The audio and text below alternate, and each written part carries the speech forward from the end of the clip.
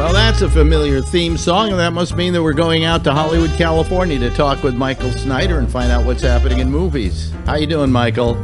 I'm good, Alex, and happy Easter to everyone. It's that Easter weekend, and we've got a few films from last week and some from this week. Let's get right to them. I wasn't impressed with Little, which is sort of a reversal on the charming and classic Tom Hanks comedy Big, which was about a young boy who suddenly finds himself in the body of a grown man, and Little is a reversal on that, and actually pretty mean-spirited. A hotshot, domineering woman who runs a successful tech company, I think a company that develops apps. It's not even very clear. She wakes up in the body of her tween-age self, who was bullied as a kid. It's a shrill formula movie that leans on really clumsy stabs at comedy, even though Regina Hall is very game as the grown-up CEO, Jordan, and Issa Rae, from a terrific actress and comedian, is very good as her abused but smart, loyal assistant. Marcy Martin, the kid who plays the de-aged Jordan, is kind of precocious to the point of being obnoxious. A pass. I much preferred Stockholm, which is a movie about a notorious 1973 bank heist and hostage situation in Stockholm, Sweden, that I believe gave rise to the phrase Stockholm Syndrome. In the movie, a robber played by Ethan Hawke hits a bank and takes hostages to force the authorities to free his comrade in crime, played by Mark Strong, from prison. One of the hostages, a teller played by Noomi Rapace, the original girl with the dragon tattoo, she starts identifying with her captor, complicating matters and resulting in a movie that's kind of exciting and funny and a little crazy. Then there's Dogman, director and co-screenwriter Matteo Garrone's darkly tragic tale of a well-meaning but hapless dog groomer in a seaside Italian town. This schlub's love for his daughter and his dogs are at the center of his life, but a local bully pressures him into assisting in criminal endeavors. Kind of harkens back to Italian neorealism, palpably sad, with a stunning lead performance by Marcello Fonte. I also like the latest stop-motion animation comedy Missing Link from Laika, the company behind Coraline and Kubo and the Two Strings. Missing Link concerns Sir Lionel Frost, an eager but hapless British adventurer, voiced by Hugh Jackman, and he's really pretty terrific. And Sir Lionel wants to be accepted by the Explorers Club, so he travels to America to capture a Sasquatch. This Bigfoot fella turns out to be very genial, the missing link of the title, and he speaks English with an American accent courtesy of Zach Galifianakis. I thought it was fairly witty, somewhat clever fun. It's the kind of thing that would be enjoyable on home video, too.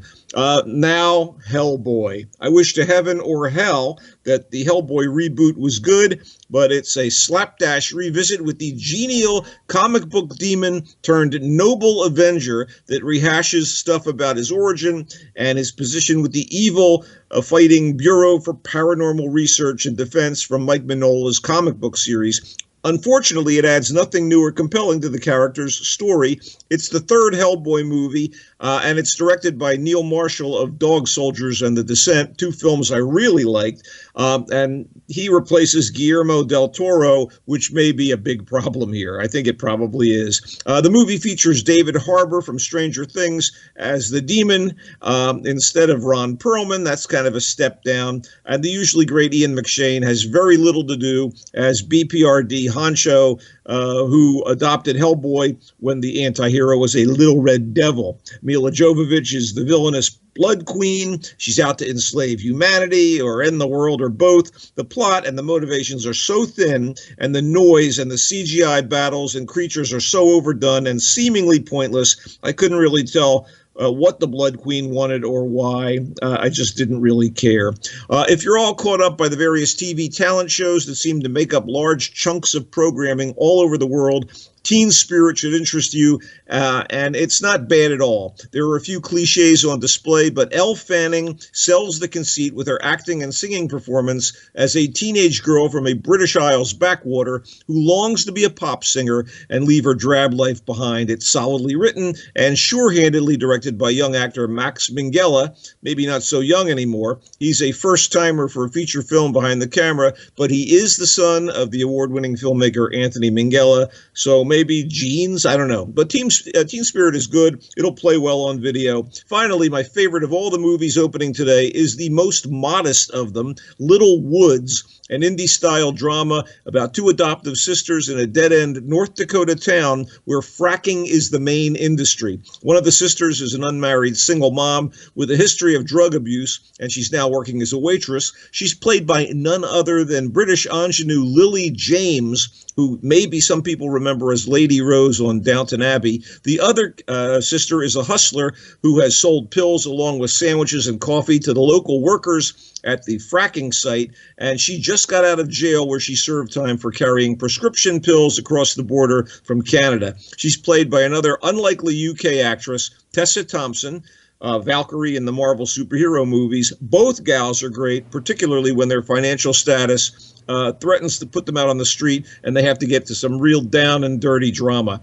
Well written and well directed by Nia DaCosta, Little Woods is a pretty damning and wrenching movie about so many people in contemporary America who are in dire circumstances, and also about the lengths that they might go to for some simple survival. It's pretty sad stuff. What are you watching, pal? Nothing. Absolutely nothing. I hate television, so I'm not watching what? anything. Come on. Yeah, I'm just not watching anything.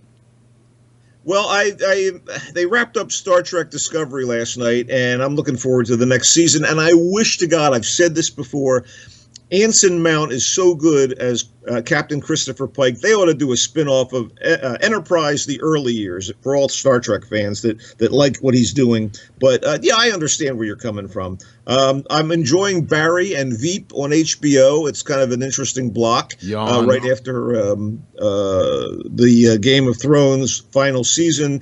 And, that's about it for me, I guess, until next week when we come back with more stuff. You can check me out on Twitter at Culture Blaster and on Facebook at Michael Snyder's Culture Blast page. All right. Thank you, Michael. And if everybody sticks around, there's more GABNet coming right up.